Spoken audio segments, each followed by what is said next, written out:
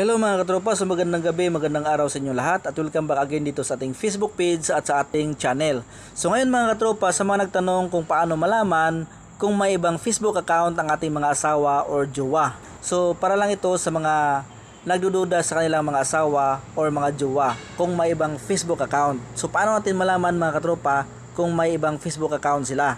So sa video na ito ay ituturo ko sa inyo. Unang-una mga katropa ay click natin itong 3 lines sa taas. At i-log out muna natin itong Facebook application natin. Log out natin. Pagkatapos natin mag-log out mga katropa, i-click natin itong log into another account. Ito mga katropa, log into another account. Click natin. So dito mga katropa may nakalagay mobile number or email. So mag-type lang tayo dito mga katropa ng kahit ano. Kahit ano lang mga katropa ang i-type natin. Okay, so dito naman sa password mga katropa, mag-type tayo ng kahit ano. Ulitin ko, dito sa email or mobile number, mag-type tayo ng kahit ano.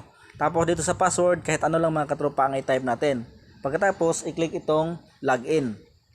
Click ang login. So ngayon mga katropa, lumabas itong need help finding your account. Okay.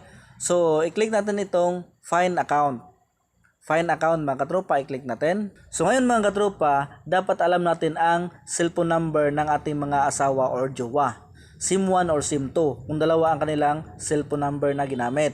So try natin ang isa mga katropa. Pagkatapos nating ma-type mga katropa ang cellphone number ng ating asawa or jowa, click natin itong find account.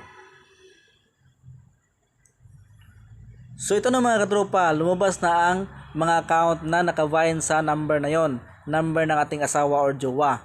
So dalawang account ang lumabas mga katropa. So dito natin malalaman kung ilan ang kanyang account at ano ang pangalan sa kanyang account mga katropa. Ang purpose ko dito mga katropa ay para lang sagutin ang mga tanong.